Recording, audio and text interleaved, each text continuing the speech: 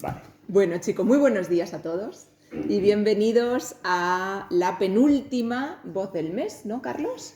Sí. De este curso. En mayo haremos nuestra última sesión de este ciclo de conferencias que, como sabéis, afrontamos siempre con muchísima ilusión. Este año dedicado en torno al mundo de los cuentos populares infantiles. Y todavía recuerdo que aquella primera conferencia poníamos todo entre interrogaciones, esto, Sí. Cuentos populares, infantiles. Nos habéis ido acompañando mes a mes en este curso y en esta ocasión el cartel que tenéis aquí a nuestra espalda nos habla de cartografías imaginadas, otros mundos que no están en este y que sin embargo parece que son algunos países a los que hemos ido en algún momento de vacaciones.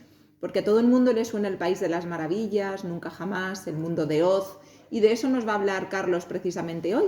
Nos va a hablar de estos mundos que conocemos a través de los cuentos, pero que forman parte o de nuestra infancia o de nuestros sueños en muchas ocasiones. Así que simplemente os anuncio que esta vez volvemos a nuestros orígenes, porque yo voy a leer un poema barra canción barra cosa bonita en inglés, en versión original, y luego una traducción en español estupenda por el traductor que tenemos en nómina. No, esta vez no es mía. Yo pensaba que sí. Me pilló el toro y cogí la de la edición de la Alicia anotada. Vale, perfecto. Digo, ¿es el traductor que tenemos en nómina? No. Y así vamos a organizar la charla, ¿de acuerdo? Le cedo la palabra a Carlos para que nos lleve de viaje. Tenemos la maleta ya hecha, así que a ver dónde nos llevas. Qué potito.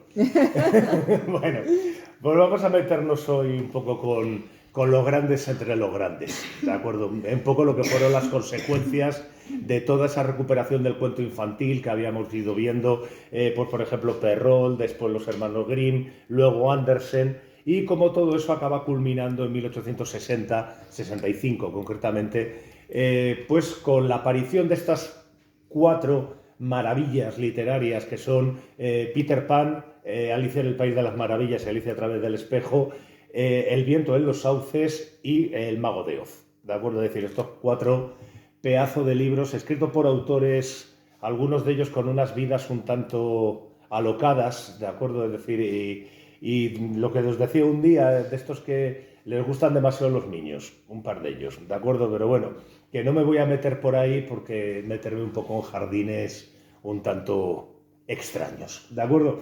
He hecho este mapa más o menos para que os guiéis, lo he hecho un poco adrede, digamos, con ese... No es Google Maps, no es un dron el que ha estado sobrevolando sí, y bueno, cartografiando. pero lo he retocado yo, No, digo, un mapa... He querido que quedase, digamos, así cutre, ¿no? Quedase ahí infantiloide con esta manera de rellenar, en algunos casos me salgo hasta de la línea, ya os digo, es decir... Un poco con los cuatro países en los que transcurre, digamos, estos cuatro relatos, ¿de acuerdo? Tengo que llamarlos relatos, llamarlo novela para mí es quizá un poco pretencioso, ¿no? Es decir, llamarlos novelas, a pesar de que su extensión es la de, en algunos casos, en el caso de Peter Pan y Wendy o en el caso del viento en los sauces, estamos hablando de títulos de casi 300 páginas, es decir, son tochos importantes, ¿de acuerdo? Es decir, que ya se salen de ahí, pero sobre todo digamos que lo que hicieron estos cuentos fue el generar estos mundos de fantasía, ¿de acuerdo? Sin estos cuatro libros, especialmente sin Alicia en el País de las Maravillas, que es el libro fundacional y sigue siendo el más importante de todos ellos, pues no existiría ni la Tierra Media, no existiría Narnia, es decir, no existirían un montón de sitios que vemos en las películas y demás, y que surgen un poco a raíz de estos autores que generan unos mundos, en muchos casos con sus leyes propias y demás. El caso, por ejemplo, del País de las Maravillas es un auténtico disparate. Aquí ya os recomiendo, si queréis leer Alicia en el País de las Maravillas y Alicia a través del espejo, os recomiendo los dos, que os cojáis la edición que se titula Alicia anotada, ¿de acuerdo? Que vienen los dos libros y además anotados ni más ni menos que por Martin Gardner, un matemático que yo digo que desentraña muchos de estos elementos, pues por ejemplo científicos, lógicos que él introduce y que además tiene, oh maravilla, las versiones originales de los poemas que parodia. Es decir, porque en el País de en Alicia en el País de las Maravillas, todos los poemas que aparecen son parodias de poemas que los niños aprendían de memoria en la escuela. Y entonces, digamos, los introduce precisamente para que se vea esa falta de lógica que hay en ese mundo y que acaba poniendo problemas, ahora lo veremos, a Alicia, ¿de acuerdo? Bueno, pues todas estas obras, sobre todo estas 4, yo digo, tenemos que meterlas dentro de eso que hemos llamado la Edad Dorada, ¿de acuerdo? La Edad Dorada, cuando hablamos de la Edad de Oro, tanto del cuento infantil como de la ilustración, digamos que son 2 cosas que coinciden. Es decir, esto viene un poco, podríamos decir que viene a colación de la exposición que tenemos por ahí puesta en los pasillos. Por cierto, te mandaré un WhatsApp este fin de semana, para hacer alguna visita guiada, que se puede organizar algún grupo y, bueno, pues venir yo y enseñaros la exposición, porque aunque con los QRs tenéis información suficiente y demás, pues bueno, también os puedo soltar yo el rollo, que ya sabéis que a mí me gusta. ¿Dónde hay que apuntarse? Yo digo, ya te lo diré. Vale. Organizarlas, vamos a ver el horario, porque por las tardes solo podría ser viernes de 4:30 a 6:30, y por la mañana pues ya veremos, vale, ¿de acuerdo? Vale. Ya veremos, porque tampoco me voy a pasar las mañanas aquí metido, ¿eh? De gratis. Ahí está. Bueno, pues ya digo. Pues digamos que coinciden estas 2 edades doradas, más o menos, que consideramos que van de 1860 aproximadamente a 1914, al estallido de la Primera Guerra Mundial, y en la cual tanto tenemos los avances técnicos que permiten, sobre todo, que las ilustraciones en los libros puedan mejorar. Que esto no viene porque de repente la gente diga, vamos a hacer libros bonitos para los niños, sino que es una consecuencia de la revolución industrial, ¿de acuerdo? Al haber máquinas nuevas, había que aprender a manejarlas.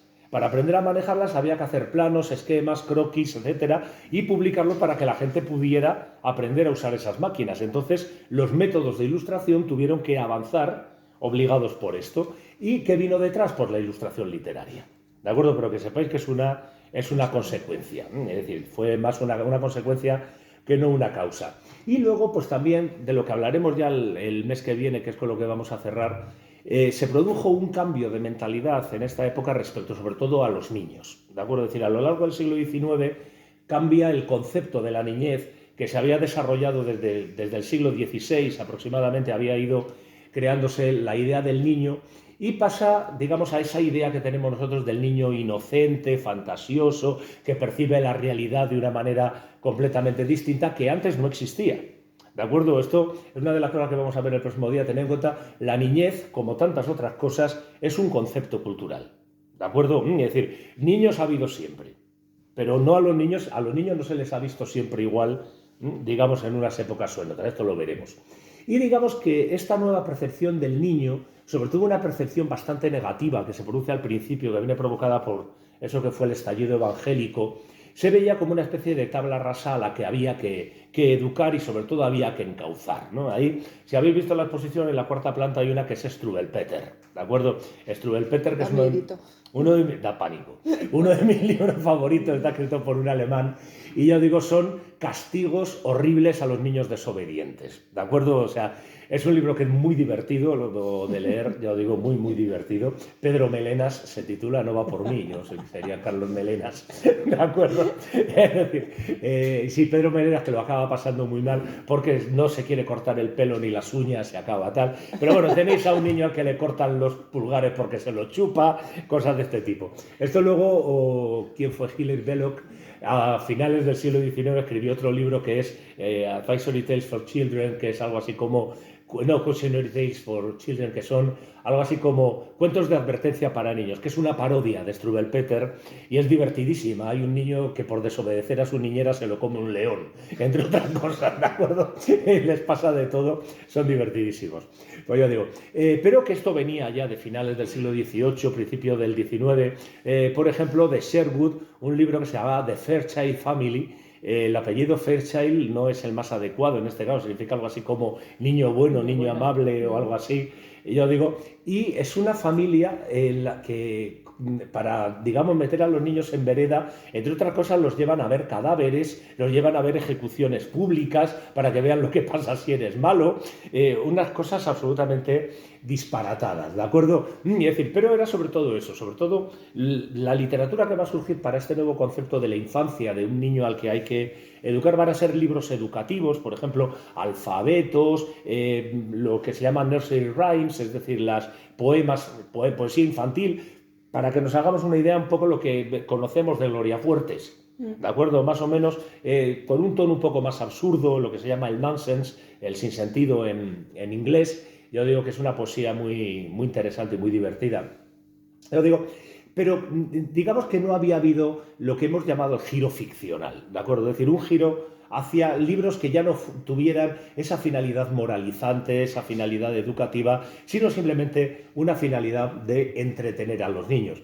El primero que se pone normalmente aquí es The Water Babies, ¿de acuerdo? Los niños del agua o algo así, de Charles Kingsley. Un libro que empieza muy bien, empieza divertidísimo. El primer capítulo os partís, ¿de acuerdo? De la risa. Luego es insoportable. A partir del capítulo tercero eso no hay quien lo coja, ¿de acuerdo? Pero bueno, que es un libro que tiene su cierto encanto. Lo que sucede es que todavía está teñido de esta moralina y demás. Y luego también está una variante que podríamos llamar la variante realista, ¿de acuerdo? Donde entraría gente como Louise May Alcott, es decir, con Mujercitas, y la segunda parte que nunca me acuerdo cómo se titula, debe ser un bloqueo mental. Déjalo, que luego me acuerdo.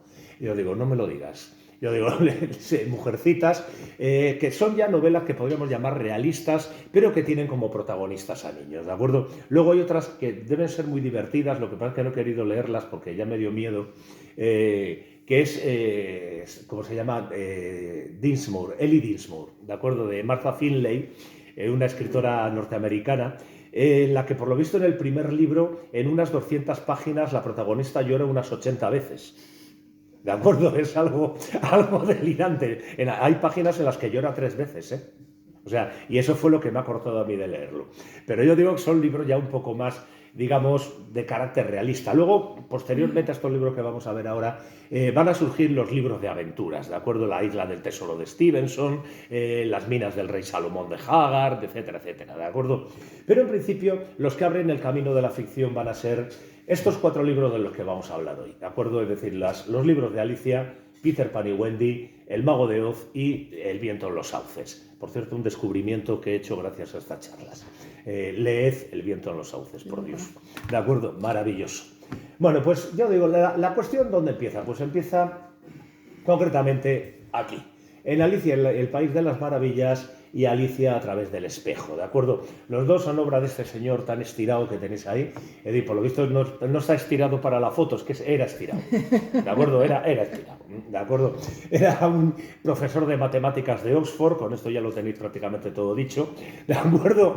Un tío muy obsesionado con la lógica formal, no solo con la lógica formal, sino también con las niñas, ¿de acuerdo? Es uno de los grandes pioneros de la fotografía. La pena es que, por ejemplo, utilizaba la fotografía, entre otras cosas, para retratar a niñas desnudas, ¿de acuerdo? Es decir, el tema de la, digamos, de la pederastia, pedofilia, como queráis, de Carroll, de Lewis Carroll, está más que demostrado, así que no me voy a meter, ¿de acuerdo? Hasta el punto de que, por ejemplo, Alice Liddell, que es la muchacha en la que se basa para los libros de Alicia, el país de las maravillas y Alicia a través del espejo, no pudo verla durante casi 8 años porque su madre se negaba a que se acercase a ella.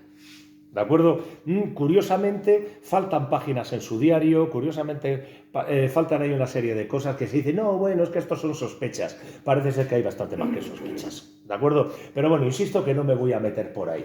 ¿De acuerdo? No me voy a meter por ahí, porque bueno, los libros, los dos de Alicia en el País de las Maravillas, el primero, 1865, y después Alicia a través del espejo, que para mí es mucho mejor, 1871, ¿de acuerdo?, son los que abren absolutamente el camino. Son un auténtico derroche de imaginación, un derroche absolutamente de todo. Un libro con una historia editorial bastante curiosa, es decir, porque él, en principio, esto sucede, se lo cuenta el 4 de julio de 1862.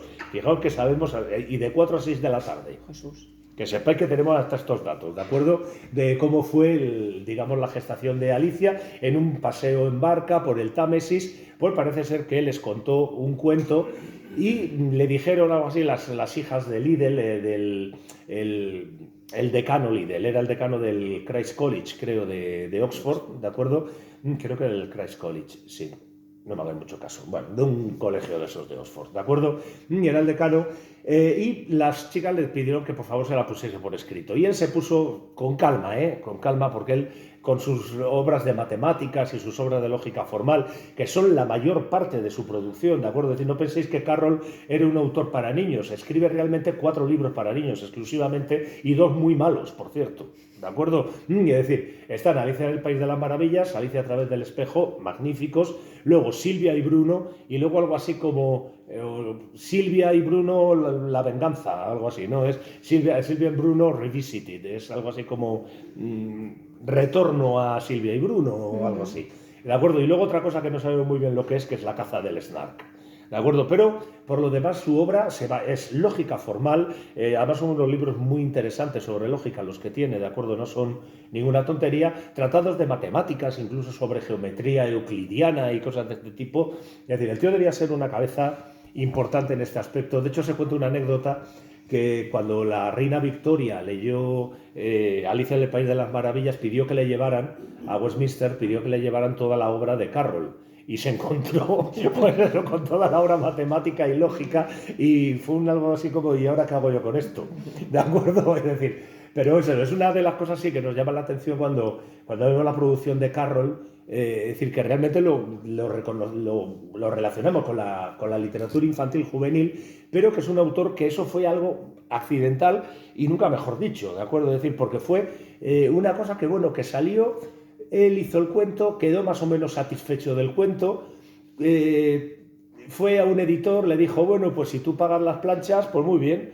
Habló con un ilustrador, John Tenniel, y el ilustrador le dijo, pues bueno, pues vale. Y dice, si me pagas, pues todo esto iba así, ¿de acuerdo? Esto no creéis que iba de otra manera. Y bueno, pues nada, pues salió el libro y se convirtió en un éxito inmediatamente, ¿de acuerdo? Es decir, pero se encontraron con él. Por cierto que hay una cosa respecto a tenéis las ilustraciones en la segunda planta, en la tercera planta, ¿de acuerdo? Las ilustraciones de Tenniel de Alicia, que son el clásico de la ilustración, es decir, no imaginamos a Alicia de otra manera que como la dibujó Tenniel, ¿de acuerdo? Es decir, pues resulta que por lo visto las planchas que hicieron de impresión no estaban muy bien hechas, las de los grabados. Y dijo Tenniel que eso no salía en Inglaterra. Y dijeron, bueno, ¿qué hacemos con ella? Y dijo, pues mándala para los Estados Unidos. ¿Por qué? Porque en Estados Unidos se comían casi cualquier cosa que llegaba de Inglaterra. ¿De acuerdo? Es decir, menciono esto porque luego hablaremos de Bone, es decir, del Mago de Oz, que es el único libro del que vamos a hablar que no es inglés. ¿De acuerdo? No es inglés. Entonces, digamos, es el inicio y prácticamente el éxito absoluto de la literatura norteamericana infantil. Pero bueno, aparte, bueno, Tenniel y Carroll se llevaban, pero bueno, fatal, ¿de acuerdo? Porque además, digamos, Tenniel no estaba dispuesto a dibujar muchas de las cosas que aparecen en Alicia, el País de las Maravillas. Decía que esto es simplemente absurdo, ¿de acuerdo? Es decir, yo paso de dibujar una avispa con un imperdible. O sea, hay cosas de este tipo, y tuvieron, yo digo, bastantes problemas, ¿de acuerdo? Aparte de que Carroll había hecho él ya una especie de manuscrito ilustrado con sus propios dibujos, y le quería obligar a Tenniel a que siguiera los dibujos que había hecho él, que por cierto era muy mal dibujante. ¿De acuerdo? Luego este manuscrito se publicó también, no me recuerdo con qué título, y después se hizo una versión ya para niños, porque el propio Carroll era consciente de que se le había ido la mano, sobre todo en Alicia a través del espejo. Bueno, pues digamos que Alicia en el País de las Maravillas y Alicia a través del espejo transcurren, pues eso, en el País de las Maravillas y en el país del otro lado del espejo. Ese es el nombre. Ahí tenéis los mapas. ¿De acuerdo?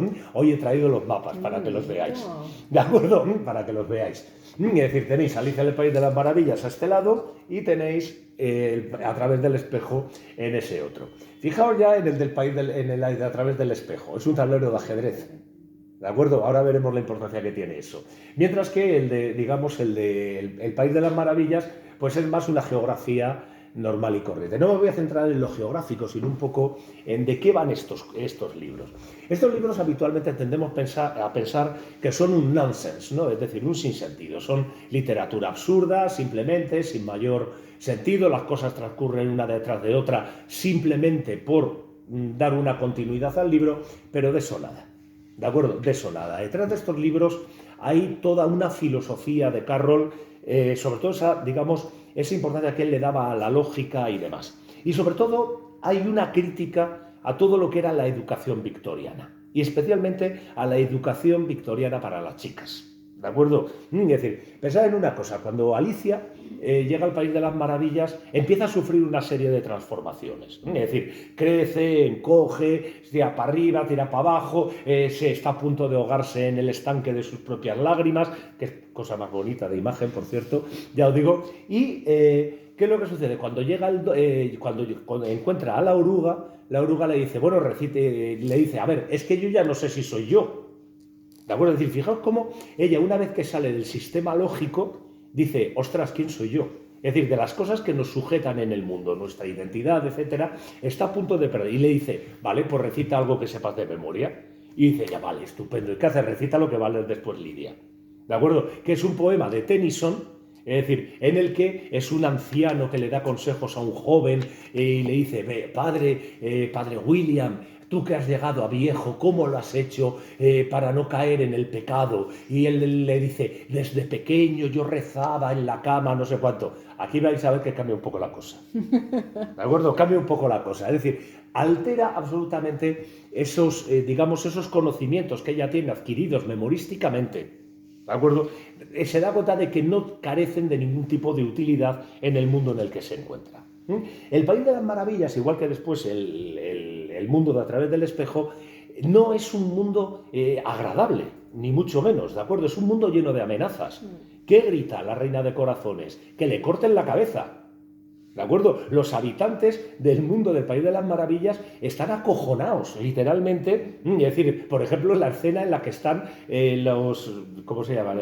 Los naipes pintando las rosas de rojo porque se confundieron, plantaron un rosal blanco y como se entere la Reina de Corazones les corta la cabeza.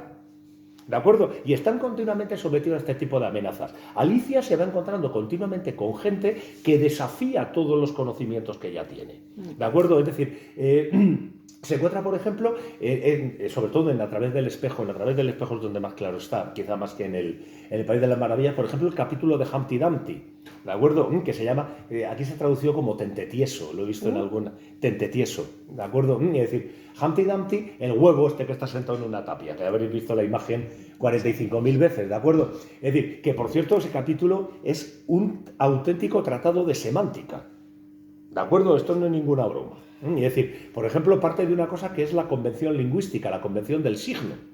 ¿De acuerdo? Que es una de las bases de la lingüística. ¿Qué es la convención del signo? Porque todos nos hemos puesto de acuerdo en que esta pared es blanca. Pero si yo ahora de repente digo, a ver, yo a partir de ahora, cuando continúe hablando, cuando yo diga negro, quiero decir blanco. ¿De acuerdo? Entonces, todos vosotros, y cuando diréis, bueno, estas paredes negras que nos rodean, y vosotros diréis, es cierto, son negras.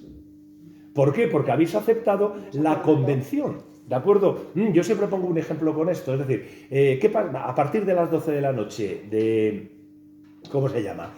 A partir de las 12 de la noche de hoy, las rosas van a pasar a llamarse boñigas. ¿De acuerdo? ¿Qué va a pasar mañana? ¿Que las rosas empiezan a oler mal? No, que las boñigas empiezan a oler bien. Fijaos en este pequeño detalle, ¿de acuerdo? Fijaos en este pequeño detalle. ¿Por qué? Pues eso sí, si yo le digo a esta señorita que está en la primera fila, hoy, esta tarde, cariño, te llevo un ramo de boñigas, pues igual voy a tener problemas, ¿de acuerdo? Igual voy a tener problemas. Sin embargo, si se lo digo mañana, va a ser maravilloso y me decir, ay, cariño, cuánto te quiero. ¿De acuerdo? Bueno, no me va a decir lo de cuánto me quiero. No.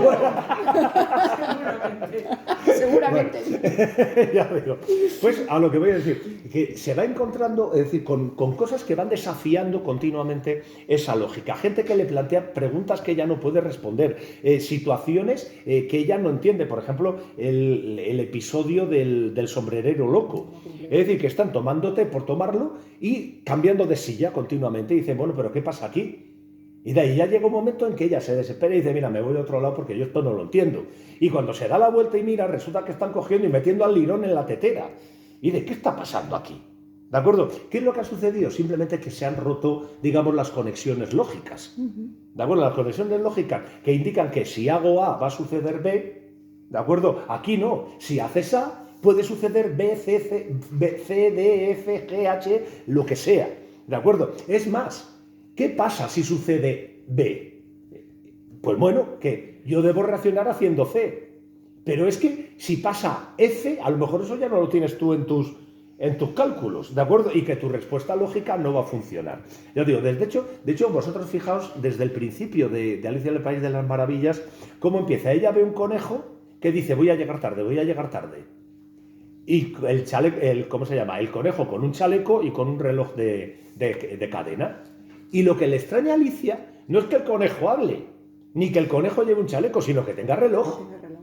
¿De acuerdo? Que el conejo vaya con un reloj. Es decir, fijaos cómo ya empezamos a partir de un sinsentido. ¿Qué es el sinsentido? El sentido es sencillamente planteamos una consecuencia que no es lógica y vamos tirando del hilo a ver qué sucede. ¿De acuerdo? Es decir, esto es en Alicia del País de la Maravilla. En Alicia a través del espejo todavía es mucho más complejo. ¿Por qué tiene forma de tablero de ajedrez? Porque, digamos, la estructura del libro es una partida de ajedrez. ¿De acuerdo? Es decir, son concretamente una serie de jugadas, ¿de acuerdo? Que son las que dan sentido a la novela. Es decir, Alicia tiene que cruzar el tablero, es un peón, tiene que cruzar para convertirse en reina en el ajedrez, ¿de acuerdo? Y mientras tanto, pues las otras figuras se van también moviendo. Esto es importantísimo porque que yo sepa, que hasta donde yo sé, es la primera vez en que una obra literaria toma un esquema no literario para crearse. ¿De acuerdo? Después vendría, por ejemplo, Cortázar y tomaría, por ejemplo, el ofertorio musical o cosas de este tipo, pero es la primera vez en que algo que no es literario da forma a una obra literaria. Fijaos en este detalle porque es importante, ¿de acuerdo? A través del espejo, yo digo, es una obra absolutamente fantástica, es decir, es maravillosa, porque ahí sí que hay muchos poemas que son creados. No es como en Alicia en el País de las Maravillas, que son parodias. Yo digo, ¿por qué? Porque aunque empecemos con el mismo verso, ¿qué pasa? Que después de A no tiene por qué venir B, sino que puede venir C, D, F, y entonces los poemas acaban convirtiéndose en un auténtico disparate. Aquí los poemas tienen otro sentido. Por ejemplo, nos encontramos el león y el unicornio, ¿de acuerdo? El león y el unicornio, que siempre es decir, una pelea entre un león y un unicornio, ¿no? Decimos, bueno, uy, qué cosa más absurda. De absurda nada, es una crítica a la política británica. El león es el símbolo de Inglaterra y el unicornio el de Escocia. Es decir, la lucha que ha habido siempre entre los gobiernos de Escocia y el gobierno de Inglaterra. Es decir, está contando, de hecho, hay un momento que le pregunta al rey rojo, le dice, oye, pero entonces el que gane se queda con la corona, y dice, ¿qué va? La corona es mía. Y dice, yo le dejo que se pegue. ¿De acuerdo? Es decir, fijaos que al final lo que tenemos ahí es eso, es decir, tenemos Inglaterra, Escocia enfrentadas continuamente, pero al final es la casa que gobierna la que se queda con la corona. Es decir, hay una crítica política, hay una serie de cosas dentro de estos libros que hace que sean absolutamente magníficos, ¿de acuerdo? Es decir, el mundo de Alicia es algo enorme, digamos, las significaciones que tiene. Por eso recomiendo la edición de Gardner, ¿de acuerdo? Porque es probablemente la única que viene con notas y más notas y más notas. A veces se pasa, ¿eh? Pero yo digo, pero es una edición absolutamente brillante. Es una edición brillante, yo creo que es la mejor que he visto. Pero yo digo, esto me interesaba sobre todo eso, que vierais lo del campo. Es decir, lo del tablero de ajedrez, yo digo, porque es muy, muy, muy, muy curioso. Es decir, esta estructuración a partir de una partida de ajedrez. De hecho, Martin Gardner, una de las cosas que hace es precisamente contarnos cuáles son las jugadas. ¿De acuerdo? ¿Por qué en tal sitio se encuentra con tal? Pues porque se ha movido el alfil no sé qué para hasta esta posición. Es una cosa brillante, ¿de acuerdo? Es una cosa absolutamente brillante. Claro, el tío era un matemático, ¿de acuerdo? ¿Esto nos hace falta para disfrutar de Alicia en el País de las Maravillas? No. Lo que nos hace falta para disfrutar de Alicia en el País de las Maravillas es sencillamente aceptar las reglas. Aceptar las reglas. Decir, está pasando esto. Vale, pues a ver qué pasa después. ¿De acuerdo? Aceptar simplemente que es un absurdo, que es una fantasía absoluta, ¿de acuerdo? Es decir, y que las reglas no tienen por qué ajustarse a las que nosotros tenemos, que somos nosotros los que tenemos que ajustar. Esto es una cosa, por ejemplo, que siempre cuando lo que damos clase, ¿no? Es decir, ¿qué se tiene que adaptar? ¿El grupo a mí o yo al grupo? Hombre, lo lógico es que yo me adapte al grupo. Más que nada porque ellos son más y a lo mejor me pegan. ¿De acuerdo? Es bastante más lógico. Sin embargo, muchos seguimos teniendo... Bueno, yo no la he tenido nunca, eso es verdad. Pero bueno, seguimos teniendo la idea de que no, que es el grupo el que se tiene que adaptar a nosotros. ¿De acuerdo? Es decir, yo creo que es un error, pero bueno, que soy yo, no ellos. ¿De acuerdo? Es decir, Pues yo digo, he querido traeros eso, un poco los mapas esta vez para que los veáis, 4 datos más o menos así para manejarme yo con ellos. ¿De quién es esta ilustración, Carlos? Pues no tengo ni idea. Es buenísimo. Creo, no tengo ni idea. Ya lo miraré, no lo sé. Sí. Lo busqué, esto, a ver, lo confieso, esto lo busqué, me preguntan de quién es la ilustración, digo, no tengo ni idea. Lo busqué en internet y me aparece así. Es buenísima. Yo busqué Map Wonderland Looking Glass y ya está, y fue lo que apareció. Y dije, mira, qué bien, además doble. Sí, ¿De acuerdo? Es decir, pues eso. Bueno, pues yo digo, no me quiero detener más porque podría estar aquí, no digo la hora entera, o sea, pero podríamos hacer un curso entero dedicado a Alicia en el País de las Maravillas, ¿de acuerdo? Los personajes que aparecen ahí, que son absolutamente disparatados algunos, Tweedledee, Tweedledum, o sea, Humpty Dumpty, sobre lo de Humpty Dumpty podríamos hacer una charla, esto no es broma, ya lo digo. De hecho, por ejemplo, Humpty Dumpty, ese capítulo de Humpty Dumpty, para que veáis un poco la trascendencia que tienen estos libros, es la base del Finnegan's Wake de James Joyce. Sí. ¿De acuerdo? Un capítulo de Alicia a través del espejo está en la base de la novela más complicada de uno de los autores más importantes del siglo XX. Ahí os lo dejo. ¿De acuerdo? El tema de las palabras maletín y demás, que todo surge a partir de un poema que aparece al principio, que es Jabberwocky. ¿De acuerdo? Aquí en castellano se ha traducido de 1000 maneras. Lo de brillaba brumeando negro el sol, agiliscosos giroscaban los limazones, van errando por las váparas lejanas. ¿De acuerdo? En inglés algo así como "'Twas brillish and the slithy toes did gyre and gimble in the wave, all misty were the borogoves, while the moon wrath outgrave". No es que lo haya leído mal, es que es así. Es que es así. Es que es así. ¿De acuerdo? O sea, es un poema a base de palabras maletín, o sea, palabras que cogen a lo mejor el principio de una y el final de otra. ¿De acuerdo? Es una historia curiosísima, el Jabberwocky, y para interpretar el Jabberwocky precisamente surge este episodio de Humpty Dumpty. Es decir, que todo está muy, muy relacionado, pero que veis que estamos ante un libro, digamos, de una importancia brutal. Este libro inspiraría a todos los demás de los que vamos a hablar. Es decir, realmente este libro es el libro fundacional. Es decir, la fantasía podemos hacer un poco lo que nos dé la gana. ¿Qué vino después? Pues vino El viento en los sauces. ¿De acuerdo? El viento en los sauces me consta que os lo estoy descubriendo. Sí, y sí. No sabéis la alegría que me provoca esto. ¿De acuerdo? Porque cuando yo lo descubrí, me quedé absolutamente flipado. ¿De acuerdo? Os explico. A mí no me gusta demasiado la literatura infantil y juvenil. Me gusta bastante poco. ¿Por qué? Porque trabajé muchos años en instituto, tuve que leer mucha para elegir la lectura para los chavales y acabé un poco hasta aquí. ¿De acuerdo? Es decir, El viento en los sauces a mí me sonaba. Me sonaba. Pero me sonaba ¿de qué? De un capítulo de Los Simpson. ¿De acuerdo? Sabéis que en Los Simpson está todo. Claro. ¿De acuerdo? En Los Simpson está todo, eso no lo dudéis. ¿De acuerdo? Y resulta que hay un capítulo en el que ella tiene que hacer un trabajo de un libro y Ralph, el hijo del policía, el tontorrón el Ralph, que me encanta ese personaje, le deja el viento en los sauces, dice, pues ando sobre esto, y saca un sobresaliente, ¿no? Es decir, Lisa Simpson, ¿de acuerdo? Es decir, y yo, fue un capítulo que yo os reconozco, yo pensé que El viento en los sauces era un libro que se había inventado Matt Groening, el creador de Los Simpsons. Yo pensaba que era, o sea, hasta que, empiezo a leer sobre los cuentos y sobre la literatura infantil para preparar esta charla y me aparece El viento en los sauces. Y en otro libro me vuelve a aparecer, y me vuelve a aparecer, y me vuelve a aparecer, y siempre diciendo, ¡oh, el viento en los sauces! Cuidado con el viento en los sauces. Digo, joder, pues voy a tener que leérmelo. Total, que cogí, lo abrí, y me encuentro con que es un cuento de animales.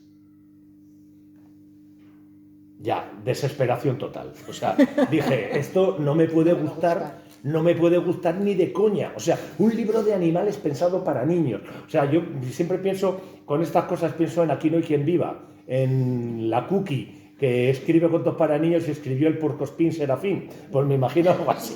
¿De acuerdo? Me imagino el puercoespín Serafín y me empezaron a dar todos los males, ¿de acuerdo? Pero claro, de repente, ¿qué pasa? Que Topo, que se escapa de su agujero, se encuentra con los conejos se medio ríen de él, dices, esto va a ser una mierda, y esto va a ser una mierda, y de repente se encuentra con la rata de agua, y dice, bueno, claro, ¿qué pasa? Yo lo leí en traducción. Entonces, rata de agua, se van a enamorar Topo y rata de agua. Pero claro, es que en inglés water rat es masculino también. Claro, es decir, y se encuentra. ¿Y qué hace la rata de agua? Le invita a un picnic. Se montan en una barca y se van de picnic. Y ya digo yo, ostras, esto empieza a molar. Digo, esto ya no es una... Yo creí que le iba a ayudar a salvarla de yo qué sé, del cazador. Siempre pienso en Pedro Conejo o algo de esto, ¿no? Y de repente empiezan a aparece el personaje de Sapo. Digo, ¿pero qué es esto? Digo, ¿pero qué es esto, Dios mío? Luego veo que Sapo roba un coche.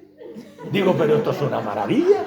Digo, esto es genial. Que me cogen a Sapo, me lo meten en la cárcel y se me escapa vestido de la bandera. Digo, por Dios, por favor, ¿dónde has estado toda mi vida? ¿De acuerdo? Es un libro de verdad delicioso, es una auténtica delicia. Encima llego al capítulo 7 y me encuentro con que se titula El flautista en las puertas del amanecer, The Piper at the Gates of Dawn, que es el primer disco de Pink Floyd. Digo, ¿pero qué me estás contando? Referencias a Pink Floyd, se ha referido a ellos, ya. Digo, ya, no puede ser malo. Me queda medio libro, pero esto se lee como Dios. ¿De acuerdo? Luego encima es un capítulo precioso, lleno de magia, porque están buscando al hijo de Nutria, que se ha perdido, y se encuentran al dios Pan al amanecer tocando la flauta, y el niño, el cachorro de Nutria, dormido entre las piernas del dios Pan. Es precioso. El capítulo, dices, pero bueno... pero qué cosa más preciosísima es esto. Luego cuando les da el ataque de nostalgia, dices, pero bueno, qué cosa más preciosísima. Luego aparece Tejón y dice, pero Tejón, pero qué hombre más sensato, qué majo. Ya digo, es decir, y sigue la cosa. Resulta que a Sapo, mientras ha estado en la cárcel, las comadrejas le han tomado la mansión, porque Sapo es millonario, que lo sepáis, ¿de acuerdo? Le han tomado la mansión y tienen que armarse. Tienen que armarse, pero con armas, con escopetas y pistolas, que esto no es broma, ¿de acuerdo? Para reconquistar la casa. Es algo, dices, esto es una puñetera maravilla. Es decir, me parece un libro absolutamente delicioso, ¿de acuerdo? Es genial. Lo escribió este señor bigotudo que tenéis ahí, Kenneth Grahame, lo escribió en 1908, ¿de acuerdo? Es decir, es un libro relativamente tardío y es un libro que es, de verdad, es grandioso. Es grandioso. Él lo publica un poco sin demasiada fe, ¿eh? O sea, él lo publica como dicen, porque a él le animaron y dijo, bueno, venga, pues voy y lo publico. Él ya había publicado un par de cosas y tal. Este señor es muy curiosa su vida, porque a los 14 años era alcohólico. ¿De acuerdo? Es decir, muere su madre, su padre desaparece, él va a envidiar a su padre durante mucho tiempo ese espíritu aventurero que tenía el padre y demás, ¿no? Y se alcoholiza prácticamente a los 14 años cuando muere su madre, luego se arregla un poco. Intentan que entre en Oxford, pero no había pasta. No había pasta. Así que, pues bueno, pues ¿qué hicieron? Pues le encontraron un puesto trabajando en el Banco de Inglaterra. ¿De acuerdo? El Banco de Inglaterra, nos imaginamos al pobre hombre en las oficinas ahí.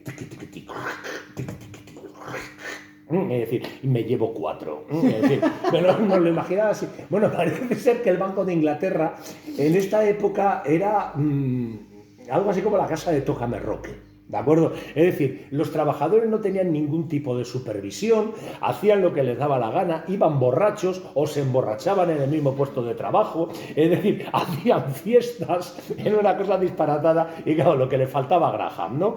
Es decir, pues claro, el tío se empieza a relacionar pues, con gente de este tipo, empieza a relacionarse con escritores y acaba publicando un par de novelas que tienen mucho éxito, ¿de acuerdo? Hoy están totalmente olvidadas. De hecho, hasta se me olvidan a mí ahora los títulos, ¿de acuerdo? Una son Los papeles paganos y la otra no recuerdo ahora mismo. Tuvieron bastante éxito, ¿de acuerdo?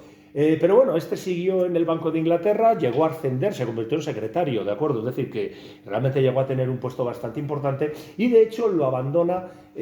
¿Por qué abandona el puesto? Pues no porque eso le daba además unos ingresos buenos todos los meses. Lo abandona simplemente porque un día llega alguien y le pega 3 tiros.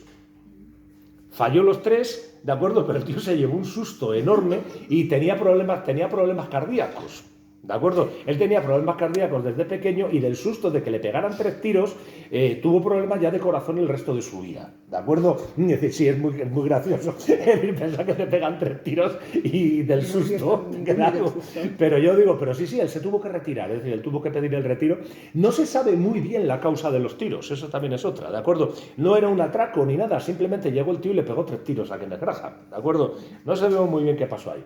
Y él se casa con una muchacha que era, digamos, de estas que le encantaba el mundo literario y demás, y digamos se casa con él un poco por eso, pero ni él tenía mucha ganas de casarse, ni ella tampoco, y tuvieron un matrimonio muy, muy cordial, eso sí, muy cordial, ya digo, pero en el que por lo visto no tenían prácticamente ni contacto, ¿de acuerdo? Es decir, y tuvieron un hijo que se llamaba Alistair, ¿de acuerdo? Que ellos lo llamaban Ratón. Pues Ratón nació ciego de un ojo y nació con problemas, un cierto problema de hemiplegia, ¿de acuerdo? Entonces, ¿qué sucedió? Porque a este chaval lo empezaron a mimar de una manera brutal. ¿Qué hicieron de él? Un tirano. Se hicieron un tirano absoluto en casa, un chaval que hacía su santa voluntad, que no les hacía ni puñetero caso, y Kenneth Graham empezó a hacer una cosa con él, que era contarle por las noches historias de un personaje que se portaba muy mal, que hacía muchas locuras y al final todo le salía mal. ¿Quién era ese personaje? Sapo. ¿De acuerdo? Empieza a contarle las historias de Sapo que luego van a ser parte del Viento en los sauces. ¿De acuerdo? Y es decir, de hecho son probablemente el centro argumental, eso es la historia de Sapo. ¿De acuerdo? Vale, pues ¿dónde transcurre el Viento en los sauces? Pues aquí. ¿De acuerdo? En la orilla del río. No se nos dice de qué río ni nada de esto. Es decir, pero digamos que esto es el mapa. Esto es de las ilustraciones de Arthur Rackham. ¿De acuerdo? Es decir, es un poco el mapa que tenéis ahí. Aquí tenéis la casa de la rata, el agujero de ratón, la mansión de Sapo, ¿de acuerdo? La casa de Tejón, ¿de acuerdo? Aquí es donde es la isla. Aquí es donde se encuentran al cachorrito de la nutria, ¿de acuerdo? O sea, es delicioso. Esto, y no se está riendo, pero es que es así, es que es un libro de verdad que es una delicia, ¿de acuerdo? Es una auténtica delicia este libro, porque tenéis eso, las ubicaciones, pero fijaos que esto podría ser cualquier pueblo, ¿de acuerdo? Podría ser cualquier pueblo. Es decir, ¿dónde viven estos? En la orilla del río. Es decir, en toda la orilla del río, digamos, ellos van formando un poco su mundo. Está el bosque salvaje, digamos, donde hay criaturas que son más bien maleducadas, ¿de acuerdo? Especialmente pueden llegar a ser peligrosas, por ejemplo, las comadrejas y demás, que os digo que luego toman. Aquí se ha querido leer un poco como las diferencias de clase, ahora voy a ir a ello, ¿de acuerdo? Luego está el mundo exterior, ¿de acuerdo? Con el que ya no quieren tener ninguna relación, ¿de acuerdo? Estos señores. Y se basa eso en 4 personajes. Está por un lado Topo y Rata, que se hacen amigos, de hecho Topo se va a vivir a la casa de Rata, ¿de acuerdo? Es decir, está Tejón, que es un poco el tercero en este grupo de amigos y es el sensato, y luego está Sapo, ¿de acuerdo? Sapo, que es un auténtico cabeza loca, es decir, es un tío con mucho dinero, ¿de acuerdo? Muchísimo dinero, y que se ve obsesionado con la tecnología y demás, ¿de acuerdo? Es decir, tened en cuenta que, claro, el principio del siglo XX hay un montón de avances tecnológicos, digamos, en un momento, sobre todo el automóvil, que es el que le va a flipar. De hecho, hay un momento cuando van en un carro de gitanos, de estos, un carro mato, y de repente pasa un coche haciendo pu pu con la bocina. Y, les tiran a la cuneta, no sé qué, y Sapo, durante el resto del capítulo y parte del siguiente, está todo el rato pu, pu, pu, pu, porque se obsesiona absolutamente con el tema del coche. Y en el siguiente capítulo se nos dice que ya lleva 30 coches, entre los accidentes y demás, ¿de acuerdo? Es decir, es una cosa que de verdad es magnífica. Es decir, y Sapo, son todas las historias de tenemos que salvar a Sapo. Es decir, la amistad de los otros 3 consiste en salvar básicamente a Sapo. Leos el libro, de verdad, el libro es divertidísimo, es lleno de poesía, las descripciones son absolutamente magistrales, no es un libro para niños, ¿de acuerdo? Es un libro que siendo adultos se puede leer perfectamente, ¿de acuerdo? Yo probablemente si este libro lo hubiese leído a los 20 años, probablemente iría por las librerías quemando ejemplares. ¿De acuerdo? Pero lo he leído con 57 y digo, coño, qué cosa más buena de libro. De hecho, nada más leerlo, ¿te acuerdas? En mayo, junio, ya se lo envié a Lidia. De decir, léete esto. No me hizo caso. No me lo leí. No me hizo caso. Porque el otro día me dice, voy a hablar de tal, El viento en los sauces, y en ese momento dije, ¿El viento en los sauces? No lo he leído. Y me dice, pues lo tienes en tu móvil desde junio. Se lo envié, también se lo envió otro amigo, bueno, de hecho, que es maestro de primera, Coco, efectivamente se lo envié, y este año les ha puesto como lectura a los chicos de, creo que, no sé si es quinto o sexto de Tenía primaria. que decir que su Coco se lo ha leído y yo no me lo he leído. No es eso, él se lo ha leído y no tú, eso también es verdad. Eso también es verdad, porque hay gente que sigue los buenos consejos y gente que sois unos tarambainas. ¿De acuerdo? Es decir, no, a lo que quería decir es que, bueno, que incluso se lo ha dado como lectura, no sé si a los chicos de quinto o sexto, ya os digo, y ha organizado una actividad en torno al viento de los sauces. ¿De acuerdo? Es decir, porque es un libro que de verdad que es magnífico, leedlo porque es estupendo. El viento de los sauces es muy curioso porque cuando vais avanzando os dais cuenta de un pequeño detalle, que es una historia de solterones. ¿De acuerdo? Es decir, ¿Son todos chicos? Son todos chicos. Claro, sí, es que entramos en la época eduardiana, igual que con Barney. ¿De acuerdo? Son todos chicos, es una historia sobre la amistad masculina, ¿de acuerdo? Es decir, son todos solterones, es decir, gente de mediana edad, y dice, me cago en la leche, que se pueden hacer cosas con esto. Lo que pasa es que, claro, como nosotros vemos a Topo, a Rata de Agua, no pensamos, imagino que fueran Manolo, Ramón, Fernando y Felipe. Pues probablemente esta novela, vamos, la quemaríamos. ¿De acuerdo? Sin embargo, lo leemos así y nos genera una cosa. No nos preocupamos por las faltas de escala, ¿de acuerdo? Que de repente el topo sea así o sea así, no nos importa. ¿De acuerdo? Es un libro que hace que nos olvidemos un poco de todas estas convenciones. Yo digo, a mí me parece un libro absolutamente grandioso, ¿de acuerdo? Aquí se ha querido ver en este libro un poco una lectura política, ¿de acuerdo? De los hombres de clase media, la amistad entre la amistad burguesa entre estos hombres que se enfrentan, digamos, a los proletarios del bosque tal que, digamos, han tomado la casa porque son una gente sin moral, ¿de acuerdo? A mí me parece un poco excesiva, ¿de acuerdo? Me parece una lectura un poquillo excesiva, que es lo que va, que había que generar un conflicto para que pasara algo, porque si no, coño, todo el tiempo, por cierto, están todo el día comiendo. ¿De acuerdo? O sea, están todo el día comiendo, todo el día, venga, come. O sea, hay un episodio en la casa del Tejón, por ejemplo, hay una nevada y hay unos ratones de campo, son unos ratones de campo, creo, sí, que se tienen que cobijar en casa del Tejón y los tienen toda la mañana cocinando bacon. ¿De acuerdo? A los chavalines los tienen cocinando bacon y ellos comiendo bacon como bestias pardas. De verdad es un libro un tanto disparatado, pero leedlo porque es un libro de verdad magnífico, en serio. Es de los libros más sorprendentes que he leído yo en mucho tiempo. Sobre todo porque yo, cuando me explicó un poco, sí, porque está Sapo, está Tejón, están las comadrejas, y luego tienes, y me describió un poco este mapa, y yo pensé, esto es la aldea del Arce, no sé si os acordáis de estos dibujos tan monos, y yo al principio pensé, ay, qué tierno, y me decía, porque es delicioso, porque yo le decía, mi Carlos poniendo ese cursi, esto tiene que ser buenísimo, pero ya luego empezó a hablarme de armas, de solterones, de comilonas, y digo, pero bueno, esto es la aldea del Arce de despedida de soltero. Sí, no tiene nada que ver ni con la aldea del Arce, ni con el bosque de los 100 acres de Winnie the Pooh, no tiene nada que ver, es decir, no tiene nada que ver, es decir, por ejemplo, todo ese azúcar que tiene Winnie the Pooh, aquí no está. ¿De acuerdo? Hay azúcar, porque la hay. Hay algunos episodios que hay que tener la insulina cerca. ¿De acuerdo? Es decir, pero en general es un libro muy bien llevado, un libro, ya os digo, muy tranquilo y sobre todo eso, muy sorprendente. De verdad, es un libro increíblemente sorprendente. Decir, coño, con 4 animales lo que se puede hacer, ¿de acuerdo? O sea, es curiosísimo. Yendo en barca, luego encima al principio es muy divertido porque Topo quiere remar, pero no sabe, y se les caen al río, bueno, es ahí de todo. La verdad que es un libro, en serio, leedlo, porque voy a acabar haciendo spoiler y no quiero. ¿De acuerdo? Leedlo porque de verdad que es de esos libros que merece la pena conocer. Se leen 2 patadas. ¿De acuerdo? Se leen 2 patadas. No creáis que es un libro con una profundidad psicológica enorme, para nada. ¿De acuerdo? Es un libro que busca eso, entretener, básicamente, pero entretener con una calidad. ¿De acuerdo? Es decir, con una calidad. No es simplemente, aquí pasan cosas y nos divertimos, como por ejemplo los cuentos de Beatrix Potter o por ejemplo Winnie the Pooh. ¿De acuerdo? Es decir, que Winnie the Pooh es la anargumentalidad absoluta, es decir, la falta de argumento total. Dios mío, no he podido con él, os lo juro. Os lo juro, no puedo con Winnie the Pooh.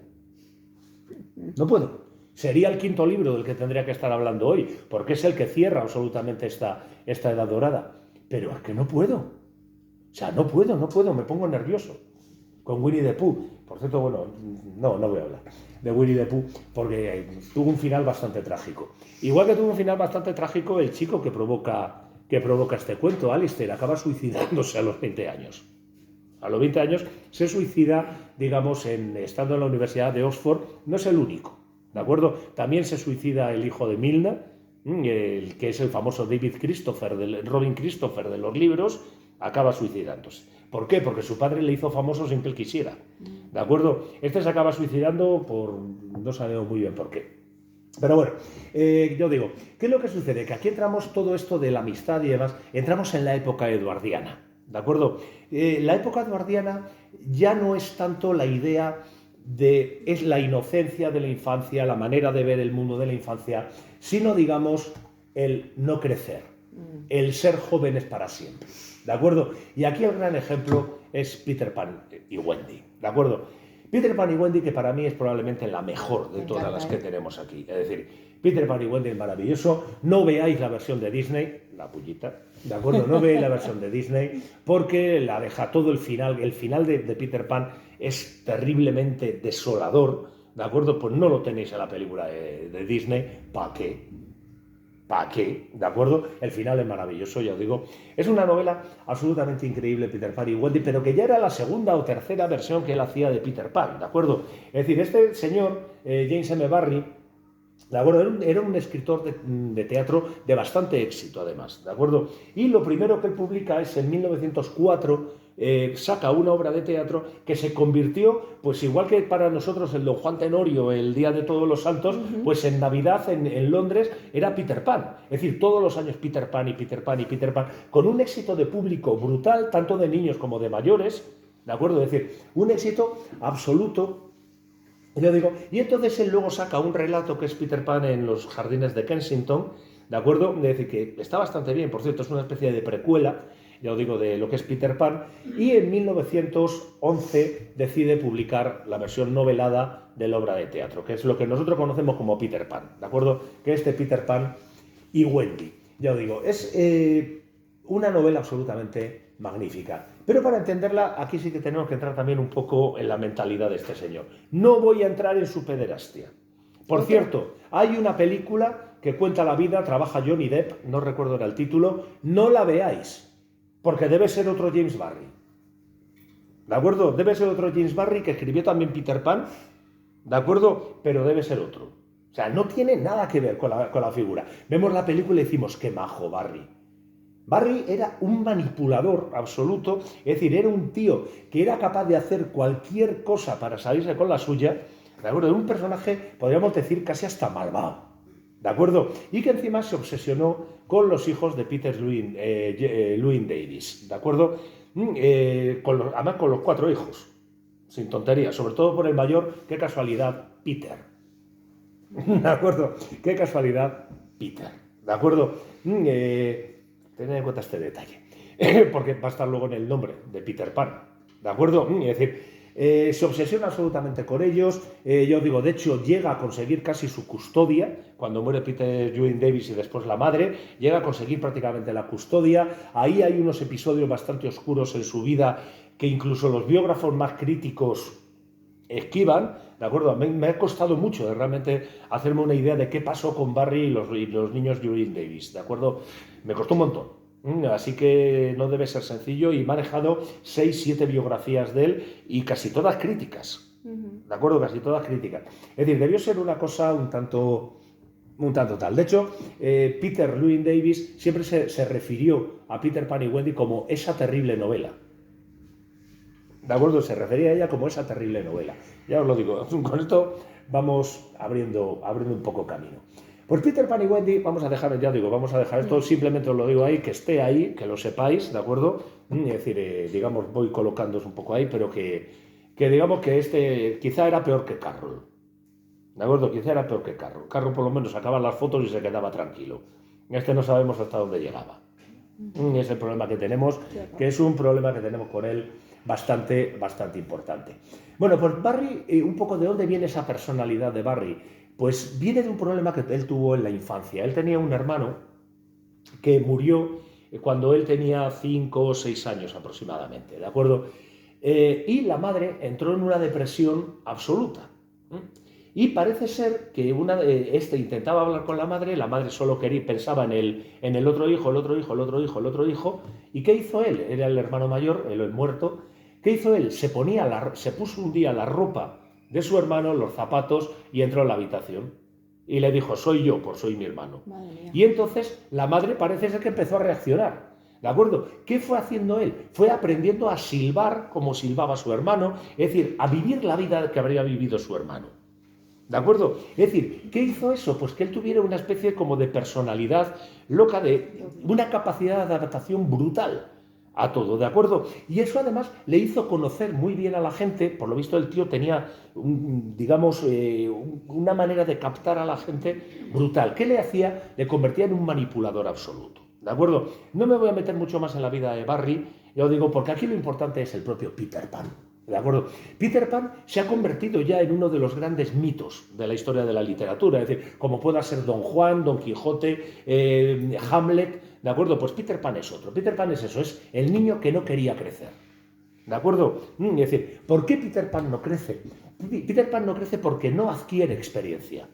¿De acuerdo? Es decir, si os fijáis, si leéis la novela, os dais cuenta de que a Peter Pan se le olvida todo. Es decir, va olvidando las cosas, es decir, no adquiere experiencia y por lo tanto, claro, siempre permanece en ese estado de niño. ¿Pero qué niño? Su puta madre. ¿De acuerdo? O sea, esto luego lo corto. No, yo no. Tú corta lo que quieras. Yo como soy yo el que pone los vídeos.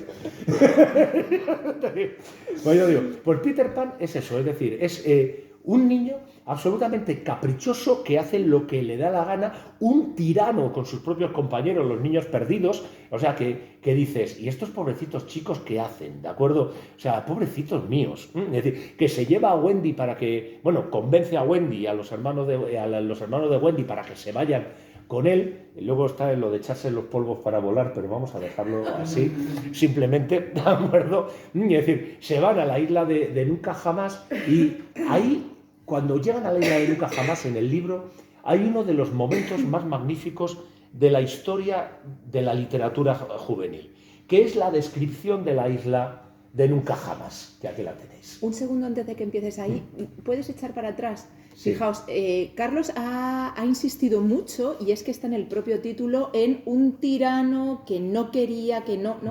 Fijaos, el título es Peter Pan o The Boy Who Wouldn't Grow Up. Y este wouldn't, en inglés, en este contexto, significa que alguien en el pasado se empeñaba en hacer una cosa. O sea, que se tendría que traducir algo así desde este uso del wouldn't, de este verbo modal, como se empeñaba en no crecer. Al que no le daba la gana insistía, de crecer. efectivamente, insistía en no crecer, no le daba la gana crecer. O sea, que me ha gustado cómo ha insistido él en tela con el Peter Pan. Sí, cuidado con el niño. Yo digo, cuidado con el niño porque es la leche. Luego, los personajes que hay alrededor de Peter Pan para mí son mucho más interesantes muchas veces que Peter Pan. Sí. Yo sobre todo el Capitán Garfio. Yo el Capitán Garfio estoy enamorado de él, ¿de acuerdo? Es decir, porque es un señor que ha estudiado en la Universidad de Oxbridge. ¿De acuerdo? O sea, es decir, Oxford y Cambridge, ¿de acuerdo? Es decir, ha estudiado en la Universidad de Oxbridge, es un hombre tremendamente educado, es un hombre culto, es decir, y que tiene que hacer de pirata. Y hay capítulos donde lo pasa muy mal, cuando se queda a reflexionar y dice, ¿yo por qué tengo que ser tan malo? ¿De acuerdo? O sea, el pobre hombre lo pasa muy mal. Luego está el cocodrilo. O sea, el cocodrilo, al que le oyen llegar por el tic-tac. ¿Por qué? Porque una vez se comió la mano del Capitán Garfio, donde lleva el Garfio, y estaba mirando la hora.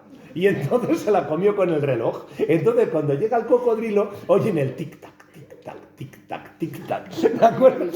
¿Y por qué persigue al Capitán Garfio? Porque le gustó tanto la mano que se quiere comer el resto. ¿De acuerdo? O sea, fijaos, muchas veces tenemos estas estupideces, pero que son extremadamente maravillosas. Es decir, el tema de los indios, el tema de las sirenas, fijaos, son todos los sueños de los niños. Ser indio, ser pirata, ¿de acuerdo? Todos están en el país de Nunca Jamás. Es decir, el país de Nunca Jamás, que ahí tenéis un poco la isla, la roca de la calavera, el campamento indio, esto es de Walt Disney, ¿de acuerdo? Es de Walt Disney. Yo digo, el barco pirata ahí varado, no sé qué, el cocodrilo ahí lo tenéis abriendo la boca, ¿de acuerdo? Es decir, es un libro que es magnífico, sobre todo por eso, es decir, porque digamos que el mundo de Nunca Jamás es el mundo de los sueños de los niños, ¿de acuerdo? Un mundo donde no hay responsabilidades, pero sin embargo donde la gente muere, ¿eh? O sea, la gente muere y la gente sufre y la gente sangra y cosas de este tipo. ¿Qué pasaba con Barry? Que yo creo que Barry nunca llegó a pensar de verdad en los niños, jamás. ¿De acuerdo? Yo creo que Barry se ríe de su propia novela. Es su novela, es decir, se ríe de la propia literatura infantil, de decir, ¿qué tengo que meter cosas? Pues yo las meto. Es decir, lo del cocodrilo. El cocodrilo, por ejemplo, supone eso, llevar al colmo la exageración. Me digo, vale, tenemos un cocodrilo que se quiere comer al Capitán Garfio, hasta aquí todo bien. Que le comió una mano y por eso el Capitán Garfio le tiene miedo. Hasta aquí todo bien. Pero claro, que lo digamos el tic-tac. ¿De acuerdo? Que se quiera comer el resto. Ya decimos, ostras, mucho es esto. Que recuerde el sabor y quiera volver a repetir ese sabor concreto. Efectivamente, ¿de acuerdo? Entonces, ¿qué es lo que tiene Peter Pan? ¿Por qué es tan grande Peter Pan? Pues por eso, porque es una novela escrita con una frialdad brutal. ¿De acuerdo? Está escrita con una frialdad increíble. El final, las siguientes visitas de Peter Pan a la casa de los, ¿cómo se llama? Wendy, los Merry, ¿no? ¿Cómo se llama? El Darling. A la casa de los Darling, Wendy Darling, ¿de acuerdo? Es decir, son desoladoras. Es decir, ¿por qué? Porque va pasando el tiempo. Wendy tiene sus hijas, por su parte, de vez en cuando aparece Peter Pan y se lleva a lo mejor una hija para que le limpie la isla y luego la devuelve, ¿de acuerdo? Cosas de estas, un tanto, dice, joder, el final está escrito con tantísima frialdad, parece escrito por Flaubert. ¿De acuerdo? Es decir, sí, ese final, el final, por ejemplo, de la educación sentimental, cuando dice, pasaron años y vinieron años, se hicieron viajes y se acabaron los viajes, no sé qué, es un poco lo mismo, es decir, lo va contando con una frialdad que dices, me cachis la mar. Y Wendy fue olvidando a Peter Pan, y Peter Pan luego un día ya no vino, y cosas de este tipo. O sea, el final es tremendo, de verdad, es un libro magnífico, leedlo, hay momentos que os partís el culo de la risa, de verdad. Luego otros momentos que dice, ¿qué coño está pasando aquí? ¿De acuerdo? Cuando, por ejemplo, Wendy se pone mala y le hacen la casa alrededor. Cosas de este tipo. El de verdad está muy bien. Es un libro que a mí me parece maravilloso y sobre todo ese personaje, ¿de acuerdo? Ese personaje, pensad, Pan es ese dios pagano de la naturaleza, ¿de acuerdo? Aquí está aplicado, es a un niño de 3 años, ¿de acuerdo? Nuevo puyazo a Disney. Porque en Disney tenemos a un adolescente, sí, y encima guapetón. Sí. ¿De acuerdo? Si veis las ilustraciones originales de Bedford, de Peter Pan, no se parece nada. Bueno, sí, que tiene los brazos arriba y las piernas abajo. ¿De acuerdo? Aparte de eso, ese es el único parecido entre el Peter Pan de Bedford y el Peter Pan de Disney. El de Disney, que la película está muy bien, cuidado, que es para mí de las menos criticables. Para mí es de las menos criticables de Disney. Es decir, está bastante bien. Está bastante bien. Me gusta más una adaptación de los años 80, que era Peter Punk. ¿De acuerdo? Peter Punk, de Max, un cómic que era también muy divertido, era la historia de Peter Pan, pero con punkies, rockers y con tribus urbanas. Un cómic muy, muy divertido, ¿de acuerdo? Los polvos para volar eran otra cosa, por cierto. Pero bueno, yo digo, el libro, de verdad, leed Peter Pan. Peter Pan es magnífico y sobre todo eso, fijaos en el personaje, porque a Peter Pan lo tenemos demasiado endiosado, ¿de acuerdo? ¡Ay, qué majo Peter Pan! No, Peter Pan es un tirano. Peter Pan hace lo que le da la gana, se olvida de todo. Es egoísta, caprichoso. Egoísta, absolutamente. Es un personaje que para conseguir no crecer no le importa hacer lo que tenga que hacer, ¿de acuerdo? Yo digo, y además cuando lo leemos con el tiempo nos damos más cuenta de decir, qué asqueroso es el tío este, ¿de acuerdo? Es decir, yo por ejemplo, es una de las cosas que creo que nunca he tenido, pero fijaos que se habla incluso del síndrome de Peter Pan, ¿de acuerdo? El síndrome de Peter Pan, fijaos que ha llegado a dar un nombre, igual que lo ha dado Madame Bovary. Sí. El síndrome de Bovary, tenemos el síndrome de Peter Pan. ¿De acuerdo? El síndrome de Peter Pan es esos tíos, porque normalmente suelen ser todos hombres, ¿de acuerdo?, que se niegan a crecer, ¿de acuerdo?, que no aceptan su edad y que quieren seguir siendo adolescentes durante toda su vida. Yo ahí, por ejemplo, yo creo que no me ha pillado, creo, ¿no? Bueno, pero lo habitual, es el niño, Pero que, eso- es el niño que llevo dentro. Pero no, De claro. acuerdo. No, yo el niño que llevo dentro se me pasó a los 14 años y yo digo, A ver si sí, te vas a quedar sin ramo de boñigas, tú calladita. grande, grande, ha estado grande. Ya No sé digo. para que me perdone que lo entiendo. Ya digo. ¿Sabes? Vale, pues el tema, yo digo, leed Peter Pan de verdad, es un libro absolutamente maravilloso, ¿de acuerdo? Es decir, y sobre todo, no hurguéis demasiado la biografía de Barry, ¿eh? No, nos ha dado miedo. No hurguéis, que no merece la pena. Y vamos al más normal de todos, coño, ya era hora. ¿De acuerdo? Que es Lyman Frank Baum. ¿De acuerdo? Que este era norteamericano. Es el único que es norteamericano. Y este es el típico personaje de finales del siglo XIX en Estados Unidos. El self-made man. El hombre hecho a sí mismo. ¿De acuerdo? Este hombre trabajó de todo. ¿De acuerdo? Trabajó de todo. Tuvo una tienda, tuvo un bazar en el sur de Dakota, fue representante de porcelana, montó varios periódicos, ¿de acuerdo? Además su padre tenía pasta, su padre había encontrado pozos de petróleo en Filadelfia, él era de Filadelfia, pero se fue a vivir a Dakota del Sur, ¿de acuerdo? Una cosa muy curiosa de hombre, ¿de acuerdo? Hizo de todo, él siempre tuvo la cosa del periodismo ahí tal, y de hecho se casa con una mujer que se llamaba Maud Gage, que era la hija de Matilda Gage. Matilda Gage es una de las grandes líderes feministas y sobre todo de esta época de las sufragistas en Estados Unidos, ¿de acuerdo? Ella llega a publicar un libro sobre el matriarcado y toda la pesca. Es un libro que, bueno, digamos que su valor antropológico tiende a cero. ¿De acuerdo? Pero bueno, es un libro que es interesante y demás. De hecho, por ejemplo, Frank Baum, en los periódicos que él funda en Dakota, yo digo, va a defender precisamente la causa del ¿cómo se llama? Del sufragio igualitario, ¿de acuerdo? Es decir, que las mujeres pudieran votar. Y el tío lo defendió además con una vehemencia brutal en todos los editoriales de sus periódicos y no sé cuánto. Al final luego lo perdió en el estado de Dakota, se vino abajo completamente. Es decir, era un personaje que en ese aspecto estaba muy metido en el tema del feminismo. Es muy curioso sobre todo para un hombre de mentalidad republicana. ¿De acuerdo? Sabéis que la mentalidad republicana no es lo mismo en España que en Estados Unidos, ¿de acuerdo? Es, digamos, que gira un poco el espectro político. ¿De acuerdo? Para un hombre de mentalidad republicana y más de esta época, que es la época de Roosevelt, el macho. ¿De acuerdo? Me hablo de Roosevelt Teddy, no de Frank Delano. ¿De acuerdo? Teddy Roosevelt, que era el macho. ¿De acuerdo? Es decir, pues digamos que es una cosa muy llamativa. ¿De acuerdo? Es una cosa muy llamativa que este personaje, digamos, adoptase esa postura.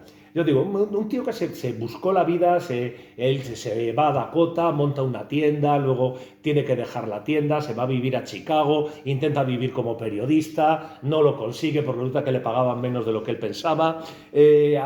¿Cómo se llama? Tiene el tío que buscarse un poco la vida, entra de representante de porcelanas, luego pasa a ser viajante de porcelanas, vuelve otra vez para allá, o sea, y empieza, ya casi con 40 años, empieza a escribir libros para niños, ¿de acuerdo? Él empieza realmente en 1898, él nace en el 56, no, ya con 42 años.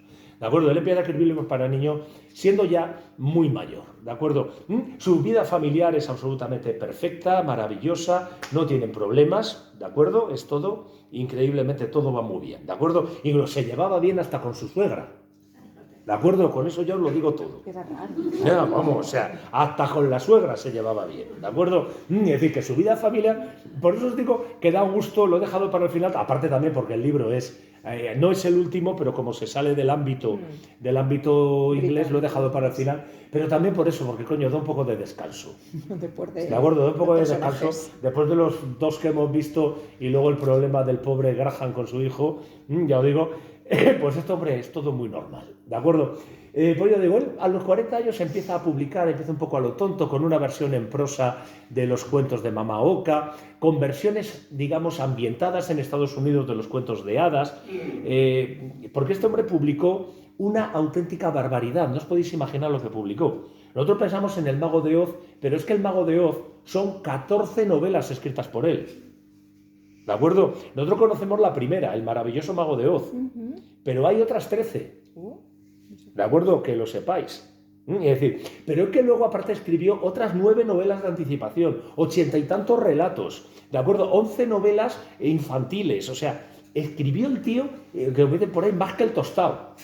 ¿De acuerdo? Escribió más que el tostado. Era una cosa increíble lo que pudo escribir este hombre, una producción brutal, yo digo, y además que tuvo éxito prácticamente desde el principio, porque Father Goose, que es su primer libro, yo digo, tiene un éxito enorme, sobre todo, ¿por qué? Porque lo había publicado con las ilustraciones de D.H. Denslow, ¿de acuerdo? Denslow, que hasta este momento no es que fuera un ilustrador, lo tenéis en la segunda planta. Están las ilustraciones originales del Mago de Oz. Bueno, las originales no, las que he puesto yo en los carteles. Bueno, más quisiera yo que tener las originales, coño. Pues yo digo, es decir, yo confieso que solamente me he leído el maravilloso Mago de Oz, ¿eh? He dicho las 14, pero solo me he leído una, no jodáis. ¿De acuerdo? Que uno tiene una vida. No descarto que dentro de 2 años que me jubilo, porque estas cosas se leen bien, se leen en 2 patadas, hay que reconocerlo. Pero a mí es que me cansa. Pero bueno, que a lo que voy eso, que él se junta con Denslow, que Denslow y él consiguieron hacer, digamos, un equipo muy interesante, ¿de acuerdo? Colaboraban prácticamente en todo, es decir, Denslow le daba ideas para cómo ubicar, por ejemplo, para los títulos, él le daba, digamos, revisaba las imágenes que creaba Denslow y demás, en un equipo maravilloso que además se hicieron de oro, ¿de acuerdo? Se hicieron de oro. Pensad que Denslow ilustra también 12 de los 14 libros de Oz. Había ilustrado los libros anteriores de Baum. Es decir, que se hizo de oro. Bueno, se hizo tan de oro Denslow, ¿de acuerdo? Denslow es un tío que se casa 3 veces y se divorcia 3 veces, por cierto, que lo sepáis. Pero se compra una isla en las Bermudas, ¿de acuerdo? Del pastizal que ganó, se compró una isla en las Bermudas y se coronó rey, llamándose Denslow I. Palabrita al niño Jesús, ¿eh? O sea, palabrita al niño Jesús, de verdad, que no os estoy mintiendo. Era un personaje, por lo visto Denslow era un personaje. Y Baum era todo lo contrario. Así que la relación entre ellos fue continuamente horrible. ¿De acuerdo? Porque eran 2 hombres con ideas muy diferentes sobre la literatura infantil, con ideas muy diferentes sobre qué había que escribir para los niños, sobre ideas muy diferentes sobre cómo se debía ilustrar un libro, pero los 2 compartían una pasión: la pasta. Entonces, ¿qué pasó? Que tuvieron desde el primer libro problemas por la pasta. ¿De acuerdo? Desde el primer libro. ¿Por qué? Pues porque a lo mejor cogía a Denslow y registraba por un lado las imágenes, o cogía y registraba todo el libro, ¿de acuerdo?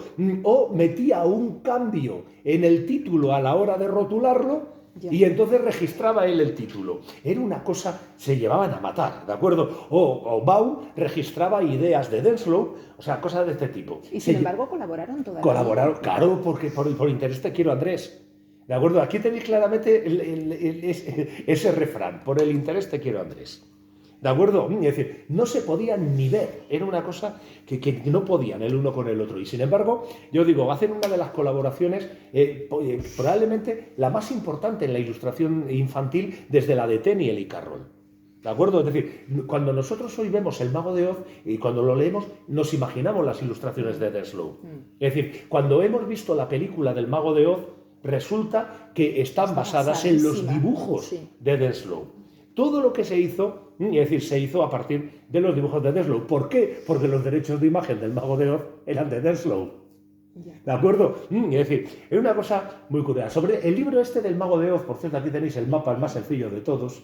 ¿De acuerdo? Los cuatro países que hay en Oz y la ciudad Esmeralda. El Mago de Oz transcurre aquí, en el país de los Munchkin. ¿De acuerdo? Es decir, y luego nosotros transcurren en las demás. Esta es la ciudad de Esmeralda. Mirad el camino de baldosas amarillas. ¿De acuerdo? Es decir, pues yo digo, pues son eso, digamos, los 4 países de Oz y luego la ciudad de Esmeralda. El Mago de Oz, yo digo, es uno de esos libros que han hecho correr tinta para bien y para mal desde que salió la primera edición en 1900, ¿de acuerdo? Es decir, desde las críticas iniciales que fueron bastante negativas, algunas, ¿de acuerdo? Sobre todo por el estilo, porque es un estilo tremendamente seco, es un estilo muy poco atractivo para los niños, ¿de acuerdo? Por ejemplo, cuando leéis el primer capítulo del Mago de Oz, que a mí me parece grandioso, cuando describe Kansas, Es decir, por ejemplo, repite en un solo párrafo 4 veces la palabra gris. Claro, ¿para qué? Para transmitirnos precisamente esa idea del gris del paisaje, de que no hay nada verde, no hay color. ¿Para qué? Para que cuando entremos en el país de los Munchkin es todo color, flores, hierba, etcétera, etcétera, etcétera. Esto, por ejemplo, se logra en la película del Mago de Oz de una manera estupenda. Ese paso en el que vemos a Dorothy, Judy Garland, que va hacia la puerta, abre la puerta en blanco y negro y de repente vemos todo el fondo en color, que es un ¡hala! ¿De acuerdo? Es una auténtica maravilla de escena esa. Ya os digo. Pues digamos que, fijaos que no se complicaron mucho con la geografía. ¿De acuerdo? Pusieron un rectángulo, 2 diagonales y en el centro la ciudad de Esmeralda y a correr. ¿De acuerdo? Y es un libro que yo digo transmite mucho lo que es esa mentalidad de hombre hecho a sí mismo de Baum, ¿de acuerdo? Baum, ya digo, ¿qué es lo que pretende enseñarnos? Que todo lo que nos pase, al fin y al cabo, depende de nosotros. Es ese individualismo norteamericano, ¿de acuerdo? Es decir, ¿qué es lo que hace el Mago de Oz? Por cierto, el Mago de Oz, que no es otra cosa que un timador de feria, ¿de acuerdo? Es decir, ¿cómo tiene sometidos más o menos a esto? Mediante trucos de feria, ¿de acuerdo? Mediante el ilusionismo. Es una crítica a la política muy importante, ¿de acuerdo? Tened en cuenta que él también quedó muy defraudado con los políticos. De hecho, en muchos cuentos metas y pullitas que no sabes hasta qué punto va con los niños. Ahora volveré con esto de la política, ¿de acuerdo? Es decir, pensad que, por ejemplo, ¿qué es lo que hace el Mago de Oz con el hombre de lata, con el espantapájaros? Darles una chuchería diciéndoles que eso es lo más importante. ¿De acuerdo? No, yo es que quiero un corazón. Pues toma, y le da un acerico con forma de corazón y le dice, toma. Y ya tienes corazón. Y el tío, ¡ay, qué bien, tengo corazón! ¿De acuerdo? ¿Por qué? Porque en el fondo está dentro. Es decir, una de las cosas que tiene el Mago de Oz que a mí me encanta es que vamos viendo que los personajes vamos viendo que lo que ellos creen que les falta lo tienen desde el principio. ¿De acuerdo? Es decir, el león es cobarde, pero cada vez que hay que dar la cara, ¡pum!, ahí está el león. ¿De acuerdo? El espantapájaros, ¿de acuerdo? Que le falta cerebro y es el que piensa las soluciones para todo. ¿De acuerdo? Es decir, que realmente es una maravilla ese punto. ¿Por qué? Porque lo que les está enseñando a los niños es a depender de sí mismos. ¿De acuerdo? Un poco pasaba también en Alicia. ¿De acuerdo? Alicia, ¿qué tenía que hacer? Estar a la defensiva. ¿Qué tiene que hacer un niño en el país de Oz? Digamos, confiar en sus recursos. ¿De acuerdo? Es un mensaje que yo creo que es muy positivo para los chavales. Por ejemplo, muchísimo mejor que el que daban los Grimm o Andersen, sin duda, ¿de acuerdo? Es decir, y menos mal que esta película no la cogió Disney, porque ya eso hubiese sido el colmo, ¿de acuerdo? Pero bueno. No descartes. No, sí, lo descarto. Yo digo, pero sí, por ahora están estropeando la Guerra de las Galaxias y eso da mucho trabajo. Estropear la Guerra de las Galaxias, ¿de acuerdo? Pero bueno, que lo que digo es que Oz es un mundo que es muy diferente de fantasía, ¿de acuerdo? Es un mundo que se rige por normas lógicas. Lo que sucede es que diferentes de las nuestras, ¿de acuerdo? Pero todo es lógico. La gente compra cosas y para comprarlas las paga, ¿de acuerdo? Sí está el tema de la magia, ¿de acuerdo? Pero el tema de la magia, digamos que es una cosa que proviene de la propia mentalidad de Baum. Baum, a pesar de ser un hombre tremendamente realista, era un hombre que estaba muy conectado con la teosofía. ¿De acuerdo? La teosofía, esta corriente que ve un poco la divinidad en la naturaleza, que cree en la magia, que cree en la mafia, iba a decir. ¿De acuerdo? Es decir, estas cosas que le molan a Iker Jiménez, ¿de acuerdo? Es decir, ya está pullita Iker Jiménez, tampoco quedo tranquilo yo, ¿de acuerdo? Bueno, pues ya os digo, él creía mucho en esto, en el uso de la magia como algo bueno, como algo malo, porque creía que la magia realmente son reglas naturales que no todos sabemos dominar, pero que hay gente que sí las puede dominar, ¿de acuerdo? Es decir, ¿y aquí qué tenemos? Tenemos a la bruja del este, la bruja del oeste, que son más malas que una espina, que solo sabe pinchar, y a la bruja del norte y la bruja del sur, que son muy buenas. ¿De acuerdo? Es decir, ¿por qué? Porque unas utilizan la magia para el mal y las otras la utilizan para el bien. ¿De acuerdo? Es decir, ya os digo, es un libro que es curioso en ese aspecto porque luego es tremendamente realista.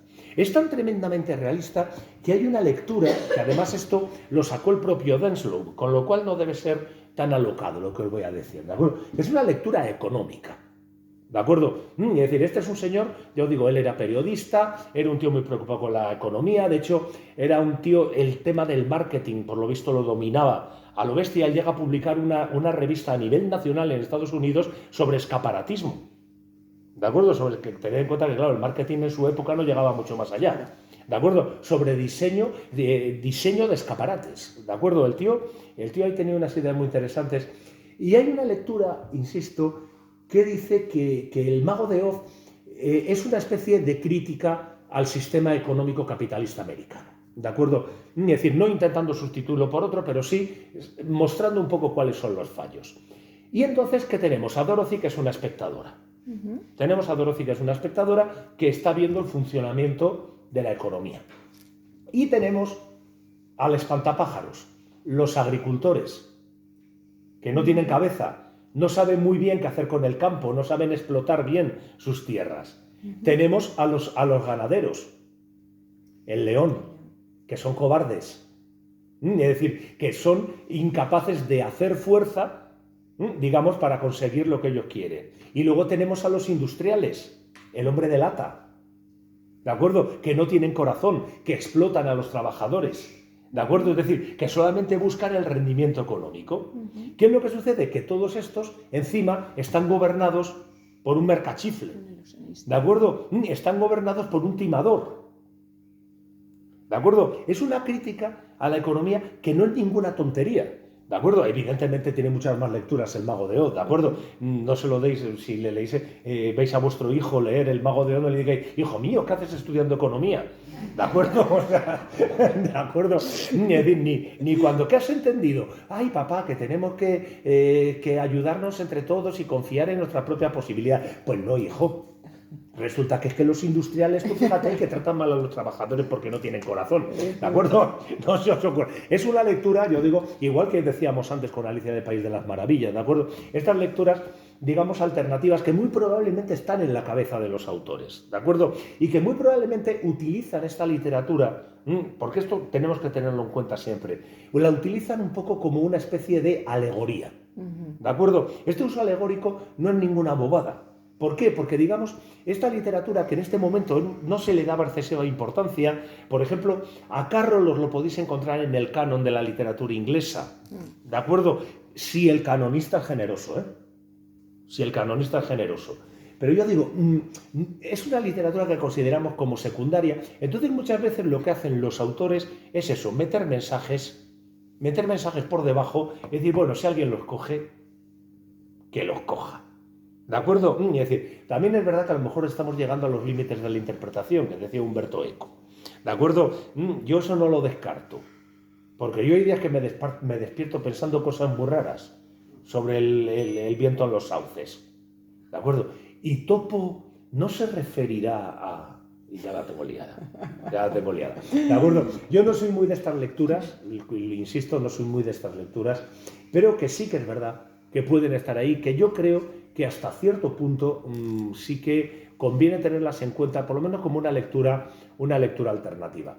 Pero El Mago de Oz, de verdad, el Mago de Oz, leedlo, es un libro que es delicioso. Y veos la peli de Judy Garland, que es maravillosa y tiene una banda sonora increíble. Y oíos la canción de La bruja ha muerto, cantada por Ella Fitzgerald, ¿de acuerdo? Es una canción buenísima, precisamente sobre la historia de cómo la casa cae encima de la bruja. ¿De acuerdo? Por cierto, fijaos el detalle, es maravilloso, ¿no? Es decir, viene el ciclón, se lleva la casa, ¿de acuerdo? Que ya dices, bueno, ¿y qué hace Dorothy? Esto es muy importante. ¿De acuerdo? Dorothy dice, bueno, no puedo arreglar nada. Bueno, pues vamos a ver cómo acaba esto. Se tranquiliza, se sienta y dice, bueno, a ver cómo termina. Fijaos en ese punto. Es un punto que está muy bien. Es decir, sobre todo para transmitírselo a los chavales, decir, mira, que es que lo que no dependa de ti, no puedes actuar sobre ello. ¿De acuerdo? Es decir, y ahí tenéis el caso concreto de Dorothy. Tal. Pero es que el punto de que caiga la casa encima de la bruja mala, ¿de acuerdo? Y cuando asomas y se ven los pies con los chapines hacia afuera con los chapines, efectivamente, tienes los chapines de la bruja del norte. Solo tienes que juntarlos 3 veces y decir, como en casa no se está en ningún sitio. En casa, en ningún sitio. Dios mío, el Mago de Oz. Es que me encanta esa película, lo siento. Es maravilloso. Por cierto, hay una película de John Landis, se titula Made in America, en la que mezclan el final del Mago de Oz con una peli de Bruce Lee. Esa no te prometemos que De vayamos acuerdo, a verla. es delirante cuando al final el chino, después de pegarle a todo el mundo a patadas y tal, llega el jefe de la CIA y le dice, ¿qué quiere? Y dice él, yo solo quiero volver a mi casa, a Kansas. ¿De acuerdo? Y le dice el jefe de la CIA, era muy fácil, llevas puestos los chapines de la América del Norte y de solo tenías que apuntarlos 3 veces. Es un auténtico delirio de escena, es absolutamente maravilloso. Esa escena tiene un momento que el malo le lleva al chino por las celdas donde están los prisioneros y dice, estos no saben dónde están y tampoco les importa. Y se ve a los dos agarrados a la celda y dicen, ¿dónde estamos? Y dice el otro, no me importa. Y luego va por otra y dice, estos lo saben y sí les importa, a estos no les importa pero tampoco lo saben. Todas las variables Claro, posibles. los tienen clasificados. Pues yo digo, Bueno, pues 1 hora y poco... 24 minutos. Solo te Joder, digo se eso. nos ha ido un poco la pinza. Bueno, pues disculpad el retraso, así que no os hablo de Winnie the Pooh. Chinchad. ¿De acuerdo? Leed estos libros, releedlos de verdad, porque son libros que merecen la pena y que de verdad que ganan con la perspectiva con los años. Y si no os gustan cuando los volvéis a leer, pues mira, no pasa nada. ¿De acuerdo? No pasa nada. Pero que no penséis en eso del niño que llevo dentro. No, no. Leedlo como personas adultas. ¿De acuerdo? Es decir, y aprended a apreciar un poco todo eso que viene. Por ejemplo, esto que os decía de las parodias, de los poemas que hace Carroll en Alicia en el País de las Maravillas. Os dejo con... Muchísimas gracias.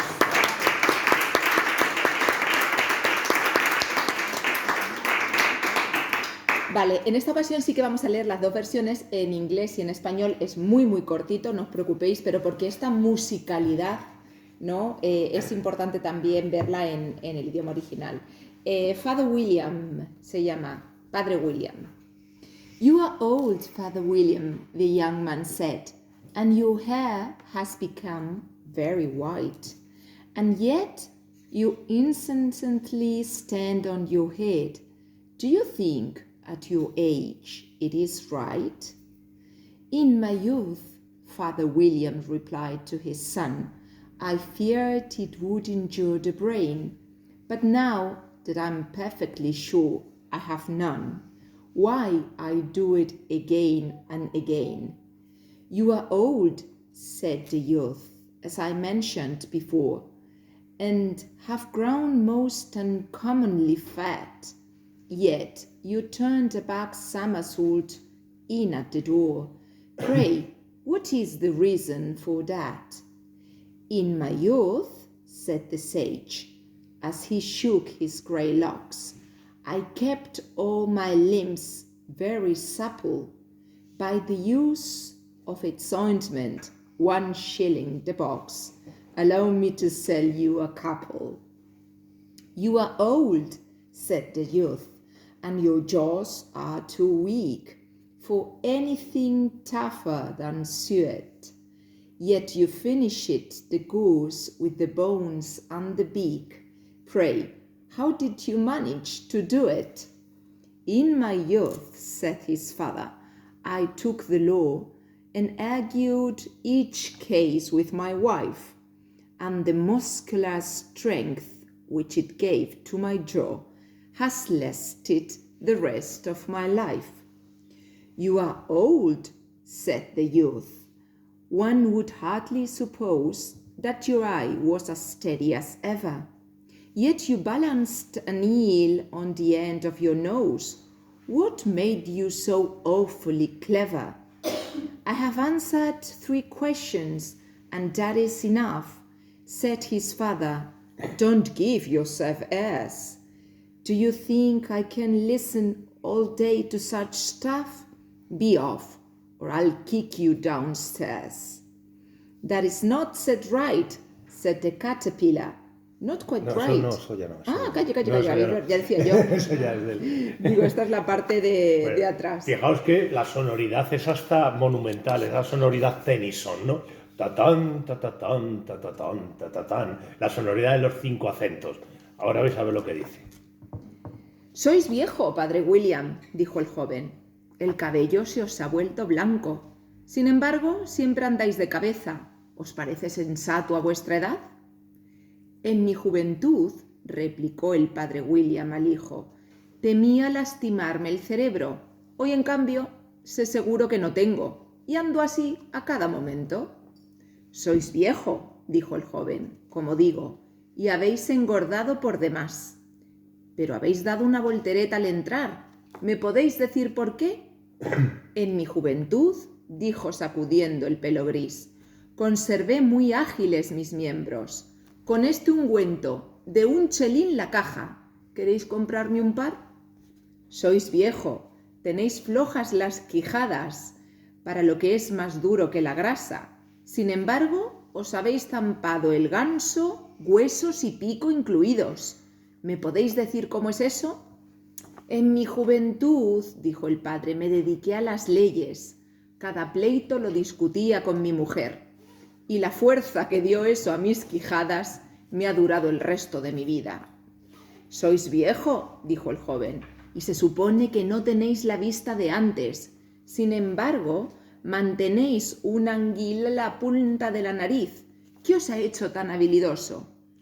He contestado a 3 preguntas. Ya es bastante, dijo el padre. No te des esos aires. ¿Crees que voy a aguantar tus tonterías? Largo o te hago bajar de una patada la escalera. El poema, ¿qué es lo que tiene? Es decir, es el típico poema de consejos. Eres viejo, padre William. Dame lecciones de vida. Y el otro va y se las da. Pero telita las lecciones. De acuerdo. Pero ¿qué es lo que sucede aquí? Porque esas lecciones son, a ver, ¿por qué estás haciendo el pino todo el día? Si eres viejo, ¿por qué has engordado tanto si eres viejo? Pero es que estás dando volteretas y dando, es decir, la cosa un poco de esa ruptura de la lógica que es bastante curiosa. Lo digo, leedlos y sobre todo si cogéis esta edición, insisto, de Alicia Anotada, que vienen los poemas originales, merece la pena. Muchísimas gracias, chicos, por vuestra asistencia, presencia. Y os emplazaremos a ya nuestra última cita con la voz del mes. Y muchas gracias, Carlos, porque estos sí son unas vacaciones y lo demás tonterías. Anda que no hemos recorrido mundos imaginarios. Gracias por todo. Venga.